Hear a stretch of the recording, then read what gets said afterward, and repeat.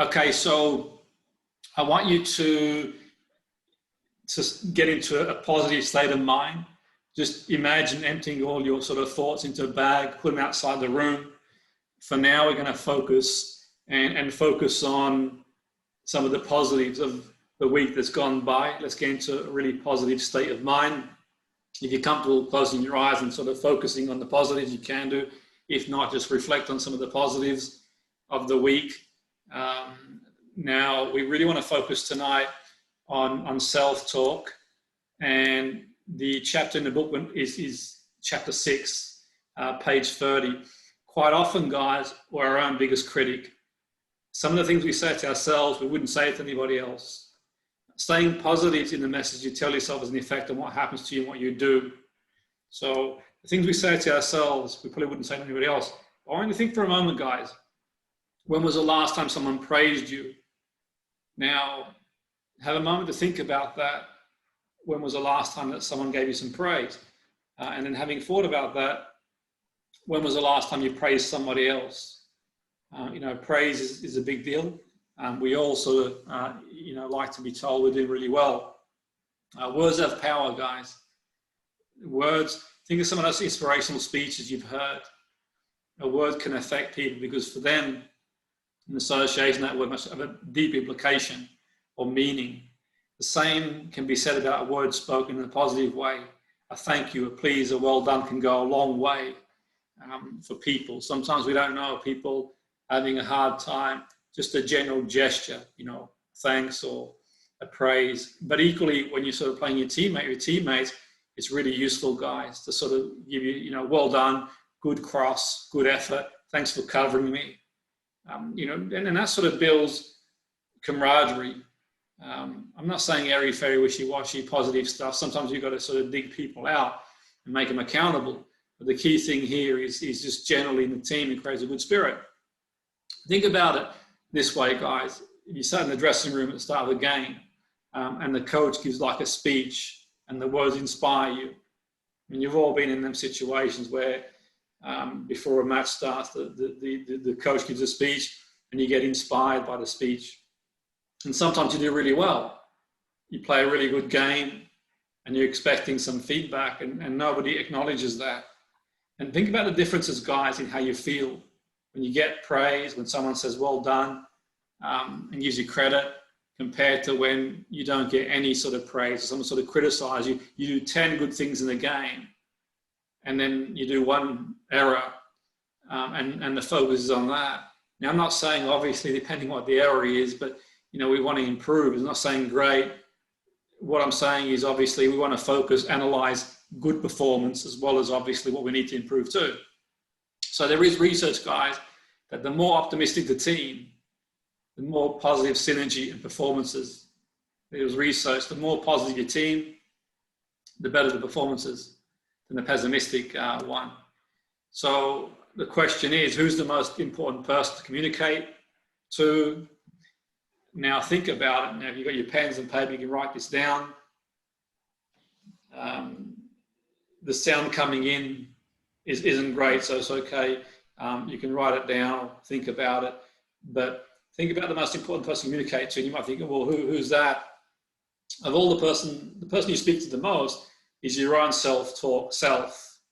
So in view of that, and you're probably thinking to yourself, what's he talking about? Communicate myself. We do talk to ourselves. It's inner self-talk, inner dialogue. And quite often, we're our own worst critic. We wouldn't say the same things that we say to ourselves to other people. And that's a big impact on the way we feel, think and feel, what we say. And I'm going to sort of talk about that today. So inner dialogue has been established by psychologists and neuroscientists.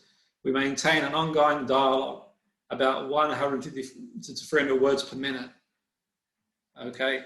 And that works out to about, say, 45 to 51,000 words per day. Most of it is harmless. It's like, okay, I need to go to the shop to get some milk or what I'm watching for TV and whatever. Most of the time, it's it's harmless chitter chatter. But the danger is in sport is when it becomes negative as an athlete or coach. So I'm not good enough. I'm useless. I mess things up. I can't handle pressure.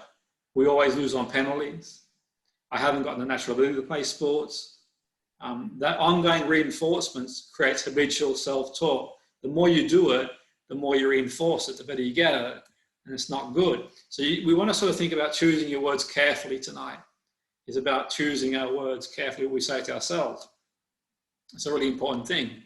Inner dialogue results in creation of living beliefs. That's the issue. It goes on to be a self-fulfilling prophecy. And sometimes that happens. Parents, teachers, family, coaches, teammates, fans, and friends have an effect on you. It can be a good effect, but equally can be a negative effect too. And can be buried in your brain. And the phrases echo. Many footballers I've worked with, sports people, these sort of phrases echo in their brain for years to come. So the teacher said this, or maybe a parent said this, and whatever. Maybe sometimes we'll say it. They don't mean anything negative about that, but they don't realize it can affect us. I'm not saying to tread on eggshells, and sometimes we all say things we wouldn't like to take back, and that's life. But obviously, what I'm saying is that we'd be more mindful about it. We practice it. So sometimes, we hear a parent's comment, a teacher's comment, a coach's comment, and it might not be, one that's productive. But most of the time, they are productive, but it might be okay, their opinion on a game, so to speak. So, and it stays in here. That's one of the issues I have now, for all the will in the world. I'm a parent myself, and you get passionate sometimes when you watch your kids play sport, but I make the effort when I watch my kids play sport to hold back and not comment, leave it to the coach. Even though I do what I do, I'll leave it to the coach, even if I sort of see something that I'd like to say, because the coach is there more than me from that perspective in terms of seeing the game. And the coach, obviously if the coach says something negative, it's not great.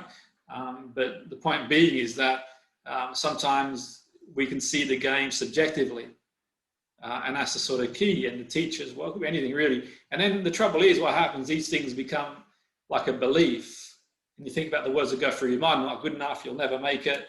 It could be, And the issue is that research suggests, guys, that's necessary for the ratio of positive comments to negative comments to at least 5 to 1. In any healthy relationship, guys, for the relationship to survive long term, it needs to be about 5 to 1. That's any friendship. Say, you got your friends in the academy now. If you spoke to them, if the relationship was like 5 to 1 ratio negative, for it to maintain it, it's 5 positive to 1 negative. If the person is continuously negative towards you, how do you think you're going to feel against that person? Probably not great. And that sort of goes for like work relationships, school relationships, personal relationships. When the balance, the research suggests 5 to 1, it doesn't get healthy. The relationship, the person turns around and think, okay, why is this person always criticizing me for? Okay, so that's the sort of key important thing to think about. Inner dialogue in sport is a big deal. It forms your attitude, how I respond. So, okay, maybe the other team get a penalty, and I sort of tell myself we're not going to win now. The referee's against us. Maybe I've got an opportunity to take a free kick. I'm going to miss this. Maybe I get a chance, and these are the things that go through our mind. Or maybe you sort of, the coach is teaching you something new. I'll never learn this. I'll never kick with my left. And these are the sort of things you got to watch out. It can increase your stress levels, limit your potential, and influence your outlook. I'm not saying airy fairy grey. I'm saying see it like it is. It's really important to sort of condition the brain. Language is influential. Inevitably, every coach will hunger for the right words when trying to communicate with his team or her team, whether the situation is before a big game or loss, overcoming adversity. Articulating the right words is really important for drive success. There's always a need to say the right thing at the right time. Sometimes less is more. Sometimes as a coach, you don't say nothing.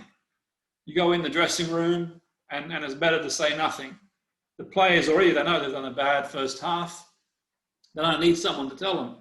Or it's got to be constructive. The number of points you make is really important because language is influential. If you've been told by a teammate, or someone in your team is completely useless, then you perceive that person. The issue is sometimes someone new comes in the team and someone says that person's hopeless. Then you perceive that person that way because you've already been planted in your head. So, you know, but it may be they need assistance. It may be a different way of putting it is, okay, it might be loss of form. It might be a number of things. But, you know, the vocabulary is really important. You've got to watch for these words. I'll never be good at this. I don't deserve this. I'm stupid. I'll never learn. I can't do this. It's not for me. I don't deserve it. It's more than likely you experience defeat and disappointment. In sport, you're going to experience defeat and disappointment. You're not going to win every game. You know, nobody wins every game.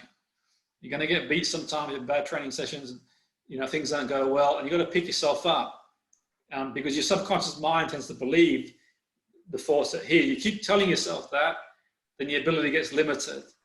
I can't. This is too hard. I shouldn't even try. These are the things that run through people's minds. And that's not good. I'll give you an example, guy. Years ago when I was doing training, mental skills for coaches, I was teaching this group of coaches and they would stand on the touchline, the players shouting, don't lose the ball, don't foul, don't miss the target. And inevitably, what would happen was exactly what they told the players not to do. Because the negativity would rough on the players and basically they lose the ball, foul, and miss the target. So if I said you don't miss the target, what's the first thing that goes through your mind? Well, what goes through your mind is obviously you see it visually, you're missing the target. Don't foul, then you put in the referee's head. So what I train the coaches to do is to sort of, and I'll teach you later on, is to say, okay, keep possession. For example, rather than don't miss it, don't miss the target, don't lose the ball, keep possession. Don't miss the target, hit the top corner. And that puts it like, you know, in the instruction, the person's mind. And I spoke to a player and basically he said to me, he felt stifled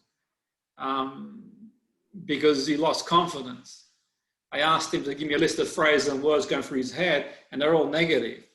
This player I was working with. Now I want you to think for a moment, guys, a couple of minutes now to think. And if you've got a pen, you can write them down if you don't want to, but you can just think about this. Some of the things you tell yourself, this is private to you, you don't have to share it with anybody. Things you tell yourself during a game.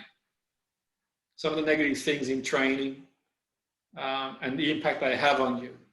And even in life, in academia, you have to be careful. Sometimes people mean well, you know, you hear them, they mean well, you know, but it's just their opinion. And if you're not a strong enough person, so I'm not saying strong, you have to be strong, that's got nothing to do with being a strong person, but some people like rise to it. You know, if you tell me I can't do something, then if I want to do it, I'd make a point of proving you're wrong. I've been told people, you know, you can't do this, you can't do that. And it makes you more focused. You know, the coaches you've got there, you told Tony you can't do, it's the wrong thing to say to someone like Tony because he'll prove you wrong. But some people, they take it more to heart. You know, if you can't do something, then it knocks them off. And that's the thing, sometimes it's the words of other people. You know, it gets into your head. And think about some of the things you tell yourself. You know, and think about, for a moment of exercise, how you would describe your ability to participate in football. Now, how would you describe, if the coach says to you, this is one scenario, you've got a trial, okay? You've got a trial, guys, with a football club, and the coach says, tell me how you describe yourself as a player, okay? Think about how you describe yourself as a player, guys. Okay, how would you, you know, and in the end, really, the coach needs a striker, they need a left back, need a goalkeeper. Think for a moment how you describe yourself, you know, and if you want to write it down, you can do. You can go back over the video. I'm mindful, obviously, when I sort of ask you questions and you answer, there's a bit of static coming through, so it's okay. You got the recording, it'll be really, really clear, but think about how you describe yourself. You know, and how comfortable you are describing yourself that way. Some of the best players I've seen, they walk in the dressing room, guys, and it's like they own it. They deserve to be there. If the coach says, what's good about you? Why should I sign you? They're comfortable saying what the attributes are. And that's not being big-headed, guys. We live in a society sometimes that if we sort of say what we're good at, people sort of knock you down and think, oh, this person's being big-headed, but it's not. It's sort of, and think about that, how you describe yourself, because that has a big impact. One of my clients one time had over 50 negative statements he would say to himself over and over again. When he used to drive to training, to the ground, things like, I hate this team now, but I'm too useless to find a better team. Every time I made a mistake, he'd call himself moron, useless, idiot, good for all these negative things. And this team is out of my league, I'm not good enough. The list went on. And I said to him, the client, how important is it to succeed as a footballer? How much do you want it? Because I really do, it's all I ever want to do. It's always been my dream. And he said as a 4-year-old, he wanted to be a footballer. I asked him, if you're coaching a 4-year-old, okay, would you say those things to the 4-year-old? And he said, no, of course I wouldn't. And the same as you guys, if you're talking to your 4-year-old brother or niece or nephew, whatever, you wouldn't say these things. And don't say them to yourself, okay? What you do if you're saying them to yourself, think of the opposite of what you say to yourself as negative and put emotion into it, and feel it. But that's another technique we'll do later on in the course. So some of the things, we wouldn't say it to other people all the times, but we say it to ourselves, okay? And this is going to be some techniques that, first what you do is thought stopping. If you find yourself, guys, saying something negative to yourself, then like I've got these bands here. I collect these bands when I travel around the world doing talks, but I'm not traveling that much now because obviously the situation in the world, but many places I've been, I'd like get a band. But if you have a band like this, if you find yourself saying something negative, stop, and say it loud to yourself. If you're lying down at home, you're relaxing or whatever. I'm not saying in the middle of the classroom, at school or whatever. Just generally speaking, you find yourself, you're at the park practicing for a few hours on your own and you miss the target and you start saying negative things to yourself, then just get the band and say, look, stop this nonsense and focus on something positive about yourself. And the band, you don't have to use the band, but the band sort of, it's not painful, but it sort of makes you go back and assess what you're saying. The band, so stop yourself from saying it. And I've seen before, one time one person said to me on radio, before I sort of had my sort of radio break, and one of the people who believed in me on radio, if he watches this video eventually and we put it out there, Andy Pascalidis was a big person in my career in radio because he believed in me and gave me a chance on the Football at 5 show. But I'd been on radio before, don't get me wrong, but Andy is the sort of character that believes in you. And because he believed, even though it was just a segment, but he backed my corner and he believed. And then, obviously now I do radio, I've done for a long time. I interview some of the world's best athletes, sports people, but to have someone like that. And sometimes, people in the beginning, there was people, I went on a few courses. I went on a radio course one time and the person on the program that won the course, she says to me, she goes, you won't make it on radio. I said, and why is that? And she goes, because you don't articulate yourself. I said, okay, you're entitled to your opinion. It's fine. No problem. You believe what you want to believe. And sometimes you think to yourself, maybe they got that point, this person, but whatever, and then you're on there. It doesn't matter. It's irrelevant. I'm saying there's people who believe in you, which is great.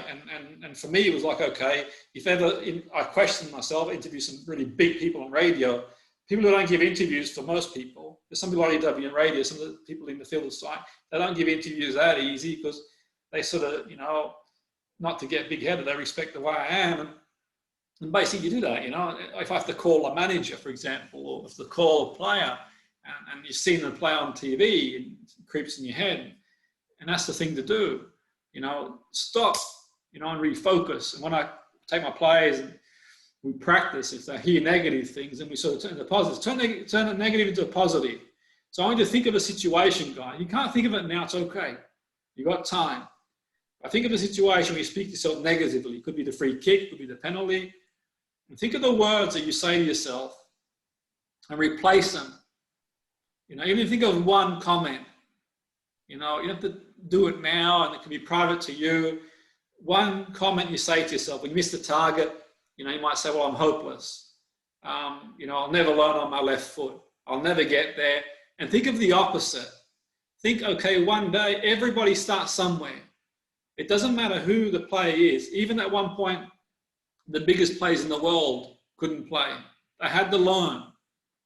We all start from scratch. How far you go is anybody's guess. There's many variables for that, guys. You know, how far you go in the game. The mind doesn't process the negative very well. So, for example, as I say, don't think of a purple elephant. The first thing you think of is what I said. It takes longer to sort of process that. Now, we do that technique sometimes in hypnotherapy, we call destabilization, to put a stronger suggestion in there, but that's not story of another day. But here, we want to focus on what you want. I'm going to hit the target. List the things that you're good at. I want you to think about 3 things you do really well, guys, and write them down. Let them seep in the unconscious. You know, 3 things you do well. You know, that you do really well. You got a good left foot. And also, what I want you to do after you finish this, guys, is tell the player next to you, you know, remind them what they do well. Really important, you know, well done. You did this good. You know, you see something good in training, go up to the player, the coaches. What I say, I'm congruent with my players. They do something well. I always make a note. People say, Jim, you always got the note. You always got your laptop. You always do things because every little bit helps. So if I see my players doing really, really well, then I write it down and I tell them. It's called positive reinforcement. I try and do it within 10 seconds because if you do it within 10 seconds, then it stays in the brain more stronger. That's why basically, okay, well done, good. And they do more of it. That's the key. If they do something that's not great, it gets addressed. I'm not saying if you sort of, you know, don't improve and you know, it's not Pollyanna here and everything's wonderful. Things have to improve, but you do them in a constructive way, guys. Using positive language, what you want has a big effect, you know, on your game. So, okay, positive language. I want you to think of positive affirmation if you want, or incantation, put emotion into it. Think of it, you do really, really well. It's a big, big deal. You know, like I said earlier before, the coach says to the player, don't lose the ball, don't miss the target. A better phrase would be keep possession. Because if you say don't lose the ball, that goes through the player's head. Don't foul goes through the referee's head. So I worked really heavily with a lot of coaches for many years and managers to sort of think of the instruction you give. So what you do is clearly think of the instruction you're giving yourself, the technique, and break it down, guys. And I want you to think about, like I said earlier, things you can replace. You'll get out what you put in here, like anything in life, you know.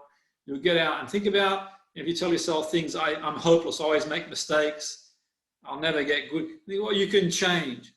One thing to think about, guys, positive talk, is focus on the outcome you want. Okay? What do you want to happen? Focus on that. Okay? I'm going to, you know, be the best I can be. Okay? I'm going to be the best I can be. I'm going to be successful because being successful is being the best I can be. Okay? I'm going to learn how to strike with my left foot. I'm going to learn how to strike my head and my right foot. I'm going to learn certain things. You write down, you know, I'm amazing. You might not feel comfortable at first if you've not done it like, you know, I'm an amazing person. Because your self-worth isn't just about sport, guys. You know, you don't have to be a top footballer to be a worthy person. You're a worthy person as you are without being a footballer. Being a footballer, great, wonderful. I've worked with many professional footballers over the years, athletes, sports people, wonderful, great. You know, I really enjoyed it. But there's good people. There's good people, you know, outside sport. You know, there's real heroes in life. They're not in sport, guys.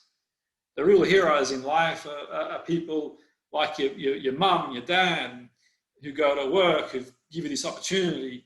The health service people. They're some real heroes for me, you know, football's beautiful. We love the game, but it's a sport, guys. And that's undermining that, you know, want you to go as far as you can. We're competitive, but also we think about these things too, not just about myself or being a footballer. And give instructions too, guys. When you give it to the player, the instruction, say, okay, you know, demand it. So you can tell the player, you pass the ball, keep possession. Pass, demand it. I want you to practice today, when you practice today and during the week, demanding it, guys. You know, being confident, doing, you know, demanding the ball, getting the space, being confident yourself. Now, the words can transform, guys. The power of words. It becomes easier.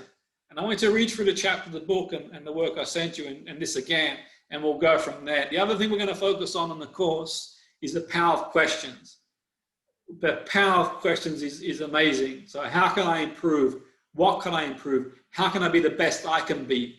The question is based on where you want to go in life. It's a powerful thing. So that brings us pretty much today to the close. Next week, we're going to do visualization and imagery. You've been absolutely fantastic, lads. And as always, drop me the email, anything that you need. I'll send through the work for you to carry on going. But I want you to get out there and start the week as you mean to go on. Okay, start the week on the front foot, on the positive. And if something comes your way that sort of sets you back, take a deep breath and respond rather than react. Think about what you're doing clearly. Be on the football pitch. Be in the classroom. You know, be at home. You know, think about it.